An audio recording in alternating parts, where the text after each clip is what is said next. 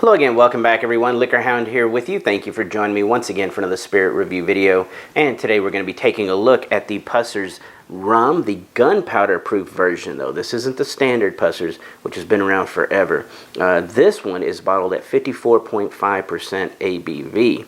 Now, the gunpowder proof, of course, that goes back to being the time when on the British Royal Navy ships they would have the rum there, and then they would be needing to kind of proof it down just a little bit, but they didn't want to water it down too much, so they add a little bit of gunpowder to the rum, see if it would light. If it would light, it was proof or gunpowder proof. So that's why this one is bottled at the ABV that it is. Of course, it being a British Royal Navy style or a naval style rum, traditionally that would incorporate Guyana rum, Trinidad, and Jamaican rum. I'm not sure exactly what goes into this one, and because of that we don't know if there's any additives. More than likely there probably is. Okay, there's probably a little coloring here. There's probably just a little hint of sweetness, because I do pick that up on the palate. But it's not going to be to the extent of, let's say, like some of the rums coming out of Venezuela have been super sweet. You know, and there's others out there, I don't want to name names, but you know which ones they are. Just syrupy sweet. This is nothing like that, okay? This is more on the style of what you would find in maybe I think Myers did a Legend bottling way back in the day, which is really good Myers. And so this is kind of in that characteristic. It's a step up from their regular. Now, retail pricing on this bottle is somewhere between, I've seen about $30 to $40. On average, probably $35. So the price point isn't ridiculous. And this is part of the reason why I actually put this in my best of 2020 spirits video that I released just about a month ago. Now, as far as the batches, I have heard that some of these batches can be better than others, okay? And that's quite possible, because they are blending, you know, probably multiple barrels into each batch. And some, you know, people I've heard that are talking about it being really aggressive and hot and out of balance, and that's possible with those batches. I will say that this batch, they do have dates on them. So if you look on the glass bottle, there'll be a little laser etched date on this one. This one says February of 2020. So this was a good batch, okay? Now, let's go ahead and get to the nosing and tasting and see what I pick up on this one. On the nose, yes, it's a, wow, okay, so I do pick up that sweetness automatically. So there's a lot of brown sugar, caramel, molasses tone going on. There's also a combination of fruits. To me, it's like a black cherry and raspberry. Spices up so you can feel that ABV in the nose. So there's that cinnamon, lots of clove in here. An orange oil is kind of lingering throughout. It's kind of like a dried orange peel essence there. It almost has a little bit of a red licorice as well in here. I would say there's also a depth to it. So there's a little bit of a slightly funky tone to it, but I imagine that would be Jamaican rum, just a little bit of it. It's not heavy-handed. So if you're really looking for a funky Jamaican style, this isn't going to be the one.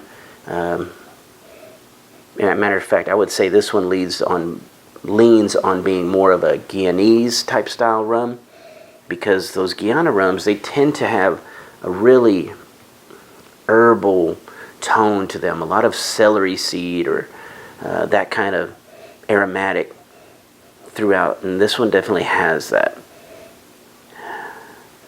Dark chocolate in here. There's a smoky essence to it, but a lot of that black cherry and raspberry, almost a little bit of plum in there as well. But I really like that, how those fruits are lingering with the smoke. That sweetness is just enough. Alright, let's try it on the palate and see what happens.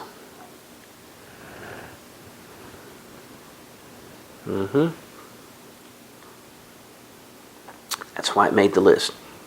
Value-wise, this was a great batch, great bottle. As it enters medium-high viscosity, you pick up, well, let's double check this.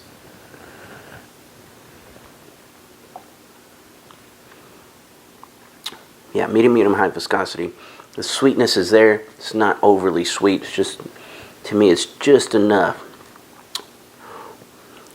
But I'm picking up not only not only am I picking up the black cherry and the raspberry, but there's a little bit of a hint of peach, nectarine type essence going on as well. I do pick up that orange oil that's kind of layering on top. Dark chocolate, again, is in here. There's a lot of that. The nuttiness to me is kind of like an almond and walnut nuttiness on the back end, but they feel roasted, and it's not a really big tone. It's just in there with the chocolate. Matter of fact, the more I chew on it on the back end here, the caramel sweetness is coming through even more on the back end. So it almost reminds me of a kettle corn on the back end is what it reminds me of. Kind of like it's a little salty, that little sweet caramel. It's kind of burnt, you know, they didn't stir it quite enough, so it's a little burnt characteristic. I kind of feel like it's kettle corn on the back end, which is very unique and odd. And then, of course, you get that dark chocolate. Orange oil still rolling. Yeah, but it's not overly sweet, and that's what I really like about it. Now, at that price point, $30 to $35, you can use this as a mixer. And at that proof, you're going to be able to mix it, and it's going to be able to stand up to cocktails. So I think, you know, whether you're going to, you know, sipping it, I enjoy this batch. I can sip this batch, no problem. Would I mix it? Sure, no problem. If somebody wanted a, you know, a dark rum and Coke, let's say, I'll throw that in there. If they want to make a painkiller or something, yeah, let's throw it in there. We'll see what happens. But, you know, it's just one of these rums that can do a little bit of everything for you. So at that price point, I was really impressed with it. I hope you're able to go out there and find this batch. Of course, if you join me at patreon.com/LiquorHound, you're going to get to see this video 2 weeks earlier than you do here on YouTube. But I thank each and every one of you for watching, regardless of platform. Keep leaving all those great comments. Until next time, I hope everyone has a great day, and cheers.